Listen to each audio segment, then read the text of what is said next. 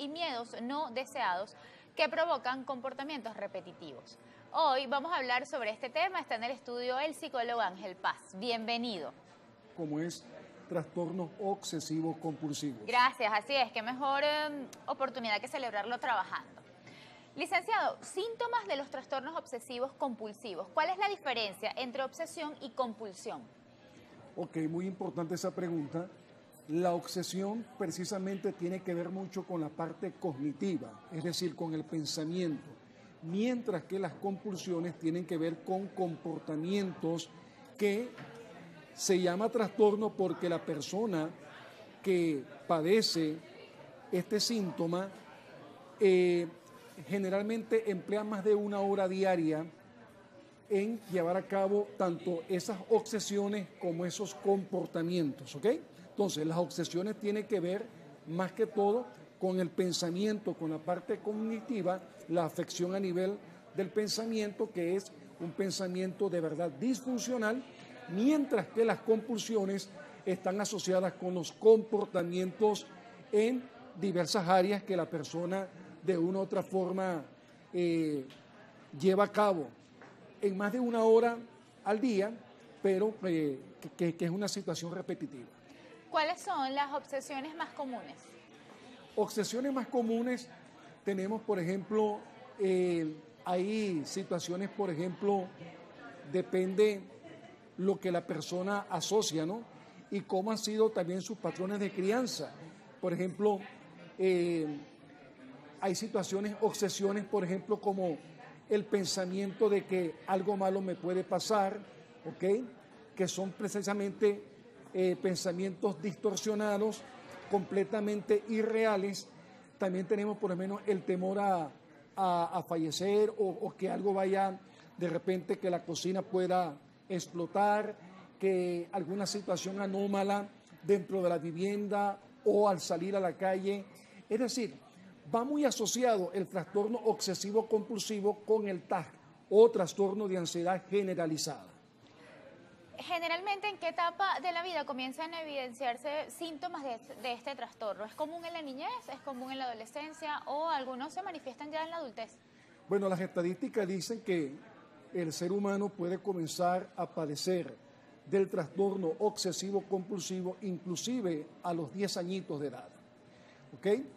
Ciertamente los niños no son, porque un ser humano a la edad de 10 años todavía no tiene lo que se llama el desarrollo del pensamiento formal, del pensamiento abstracto, del pensamiento analítico.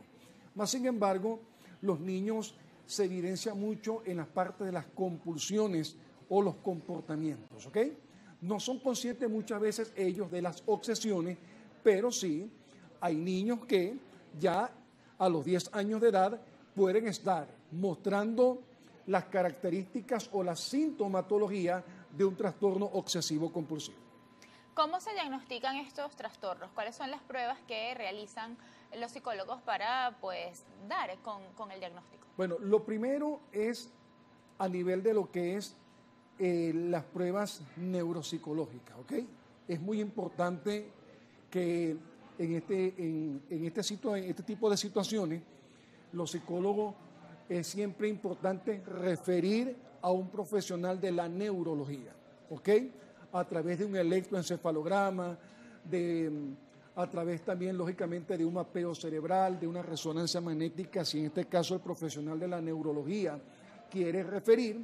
Es importante porque hay que ver, de hecho, está asociado el trastorno obsesivo compulsivo con una afectación, ¿ok? A nivel inclusive de un neurotransmisor que es la serotonina, ¿ok? Entonces es allí donde precisamente muchas de estas personas, la gran mayoría, son pacientes que tienen que estar bajo tratamiento farmacológico. Cuando se diagnostica en la adultez, generalmente es la persona quien se da cuenta que necesita ayuda o es un tercero que quizás pues puede recomendar asistir a un especialista. Se lo pregunto porque muchos de estos trastornos pueden ser normalizados. Bueno, él es así, él es inseguro, siempre le gusta chequear muchas veces que el grifo esté cerrado y vives con esto, pero hay una tercera persona que quizás se da cuenta de que algo no está bien.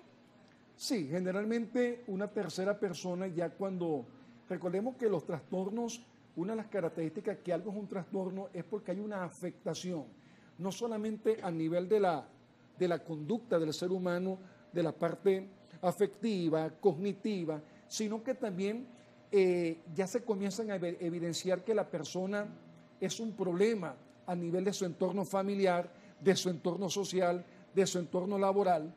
Y es entonces que generalmente la persona que lo padece muchas veces no es consciente de que padece de un TOC.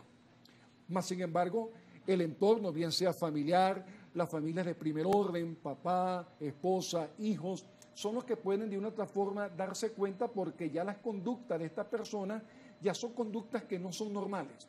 Es decir, ya las personas o el entorno social, familiar, va comenzando a evidenciar que en este tipo de personas hay una serie de comportamientos y de situaciones anómalas, por lo tanto, entonces es allí donde se prenden las alarmas, para usar un término, y se busca, pues, o se induce a que la persona busque acompañamiento profesional. Gracias.